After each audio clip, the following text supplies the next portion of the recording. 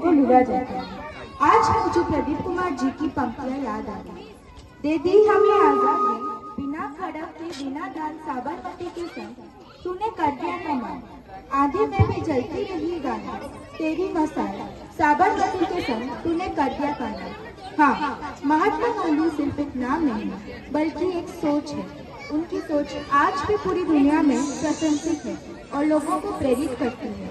मोहनदास करमचंद गांधी का जन्म 2 अक्टूबर 1896 को गुजरात के पोरबंदर में हुआ था।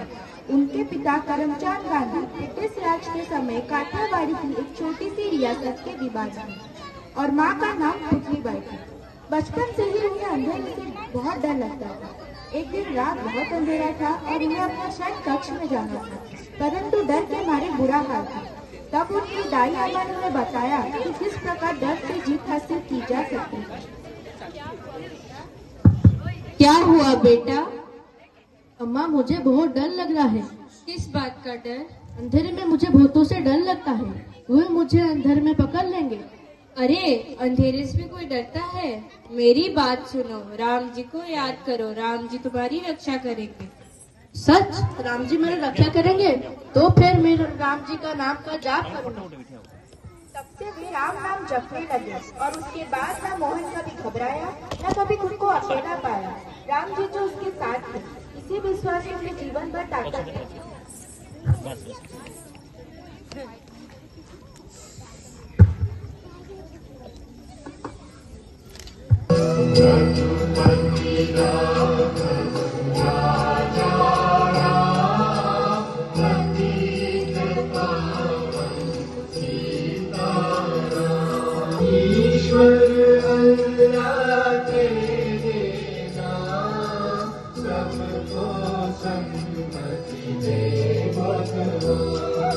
रघुपति राघव राजा राम, पतित पावन सीताराम।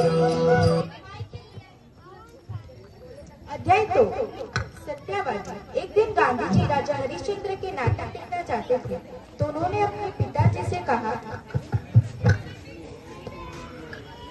पिताजी चलो ना नाटक देखने चलते हैं। नाटक बेटा? राजा हरिश्चंद्र का। देखो बेटा, मुझे तो काम है, तुम अपने दोस्तों के साथ क्यों नहीं जाते? ठीक है पिताजी। नाटक खत्म होते सीधे घर लौटा। ठीक है पिताजी। नाटक में राजा हरिश्चंद्र अपने बचपन दिवाने के लिए अपने पत्नी, बेटे और राज्य को खो देते हैं। नाटक सभी की आंखों से आंसू निकलने लगता है। इस कहानी ने मोहनदास के मन में बहुत प्रभाव डाला। उसने सोचा, काश उसे भी कुछ शक्ति मिल जाए जिससे कि उन्हें सत्य के मार्ग पर चलने में साहस मिले। वो एक महान आदमी थे। उन्होंने सत्य के लिए अपना परिवार और राज्य दांव पर लगा दिया। यह नाटक बहुत ही अच्छा था। उन्होंने मुझे सत्य की ताकत दिखाई। हम सभी को सत्य की राह पर चलना चाहिए। पर ये हमारे लिए कठिन है। नहीं, हमें भगवान पर विश्वास होना चाहिए और कड़ी मेहनत से हम सत्य की राह पर चल सकते हैं। मैं आज से वचन लेता हूँ कि मैं हमेशा सत्य की राह पर चलूंगा। और उस दिन से मोहन सत्य की राह पर चलने लगा। बड़ा होकर उसने अपना जीवन दांव पर लगाया।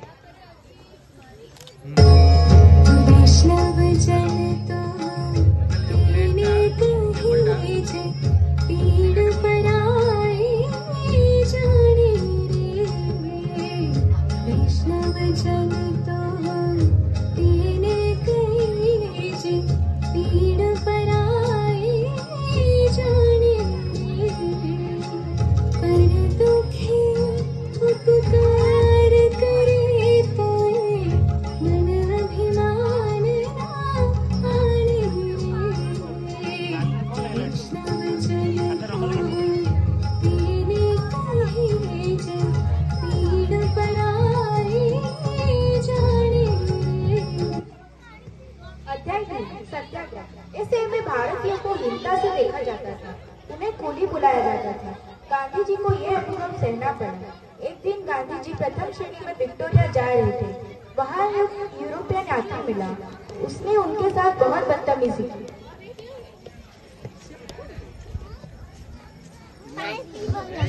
तुम यहाँ क्या कर रहे हो? चलो निकल जाओ यहाँ से।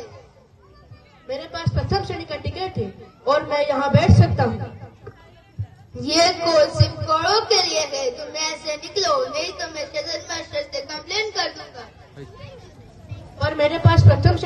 टिकट है और मेरा यहाँ बैठने का अधिकार है। यहाँ पे क्या चल रहा है? इसे ही यहाँ से निकालो। तुम ऐसा नहीं कर सकते, मेरे पास प्रथम श्रेणी का टिकट है। मुझे लगता है मुझे तुम्हारे साथ जबरदस्ती करनी। स्टेशन मास्टर ने उनको सामान के साथ बाहर धकेल दिया। ट्रेन चली गई। गांधी जी ने कड़ी सर्दी में रात बिताई, लेकिन उन्होंने अपने सामान को छुआ तक नहीं। उस दिन के बाद से उन्होंने अपना जीवन का विरुद्ध सत्य के हथियार का प्रयोग किया और आज इसी हथियार को सत्याग्रह नाम दिया।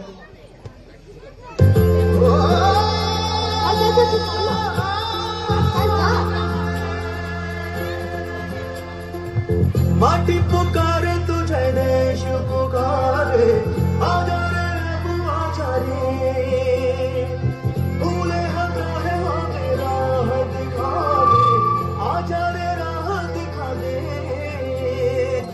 ऐनक पहने लाठी पकड़े चलते थे वो शान से, जालिम का पे थर थर थर थर सुनकर उनका नाम रे। था उनका छोटा सा और सरपट उनकी चाल रे, दुबले से पतले से थे वो चलते सीना तान रे। वंदे मातरम, वंदे मातरम, वंदे मातरम, वंदे मातरम, वंदे मातरम, वंदे मातरम। अध्याय 4। गांधी जी लॉयन पर। साल 1921 आते आते बापू ने फैसला कर लिया था कि अपने देश की पोशाक लॉयन पर। साल 1921 आते आते बापू ने फैसला कर लिया था कि अपने देश की पोशाक पहनेंगे। विदेशी कपड़े जलाने का आह्वान कर चुके थे, इससे देश भर में विदेशी कपड़े जलाए गए। एक दिन वो तमिलनाडु में ट्रेन में यात्रा कर रहे थे। उन्होंने देखा कि यहाँ कुछ यात्री विदेशी कपड़े में। आप लोग विदेशी कपड़े क्यों धारण किए हैं? क्या आप स्वदेशी आंदोलन में भाग नहीं लेना चाहते? हमारे पास इतने पैसे कहाँ हैं कि हम खादी कपड़े पहन सकें। इस उत्तर ने गांधी जी को हिलाकर रख दिया। तब से उन्होंने विदेशी वस्त्र त्यागने का फैसला किया। अगले दिन उन्होंने मदुरई में बैठक बुलाई। 22 सितंबर 1921। मैं घोषणा करता हूँ कि आज से मैं छोटी धोती पहनूंगा, विदेशी कपड़े त्याग दूंगा, ताकि मैं अपने देश की गरीब जनता के दुख को समझ सकूं और उन तक हमारी देसी खादी को पहुंचा। गांधी जी को बच्चे बहुत पसंद थे। एक दिन एक बच्चे ने उनसे पूछा, गांधी जी आप कुर्ता क्यों नहीं पहनते? क्या मेरे पास इतने पैसे कहाँ हैं? मैं अपने माँ से कहकर आपके लिए कुर्ता सिलवा। तुम कितने कुर्ते सिलवा पाओगे बेटा? मैं अकेला ही कुर्ता पहनूं, यह तो ठीक नहीं है। मेरा परिवार बहुत बड़ा है। क्या तुम्हारी माँ मेरे 40 करोड़ भाई बहनों के लिए कुर्ता सिलवा पाएगी? तब उस बच्चे को एहसास हुआ कि गांधी जी अपने पूरे देश को परिवर्तन। अध्याय 5। दांडी मार्च। सन 1835 आते आते में अंग्रेजों ने भारत के नमक पर कर लगाया और नमक के ऊपर कई कानून भी लग दिए और उसका दाम भी बढ़ा दिया। रोजाना खाने के लिए लोग नमक नहीं खरीद पाए।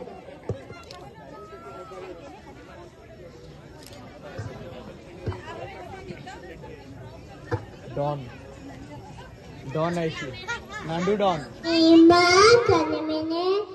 नमक नहीं।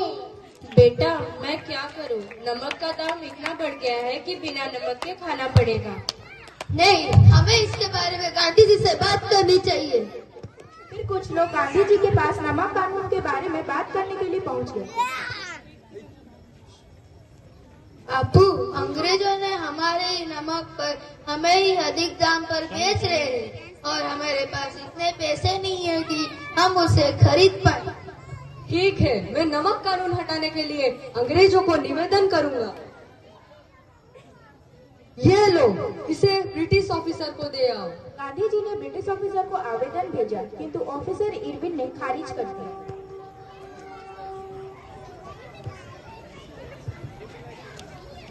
I will not change the law set down by my government. Let them do whatever they want.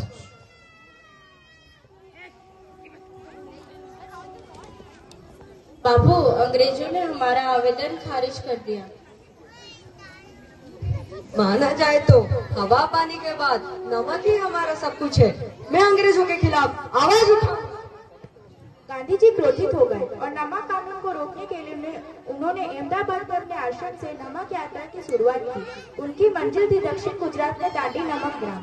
12 मार्च 1930 को गांधी जी और 78 लोग यात्रा पर निकले। अहमदाबाद से दांडी तक 240 के रास्ते में हिंदुस्तान से हजारों लोग इस यात्रा से जुड़ गए। दांडी पहुंचने में उन्हें 3 हफ्ते लगे।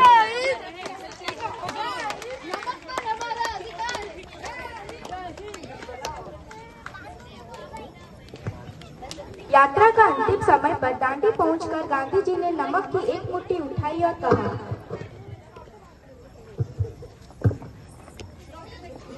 इन नमक के दाने से मैं अंग्रेजों की नींव हिला दूंगा।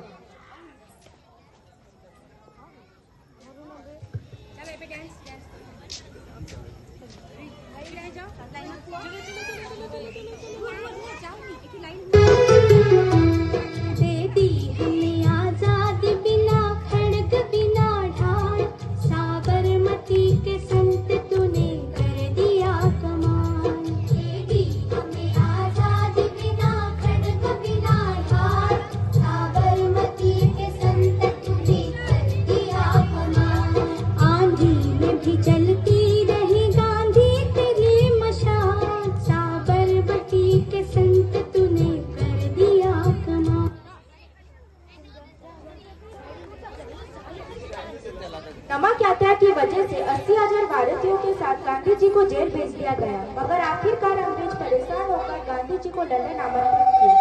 गांधी जी की एक छोटी सी कदम ने अंग्रेजों की नींद हिला दी।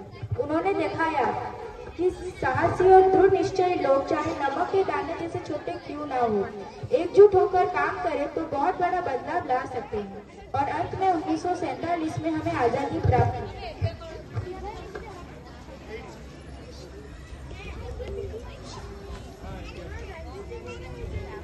Abracito.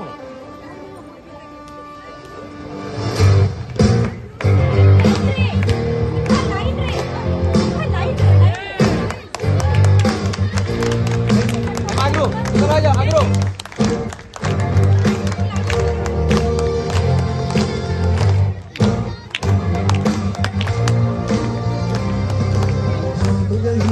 जश्न है भारत, रग रग में है जीत की आदत है, सामने दुश्मन की सलामी पे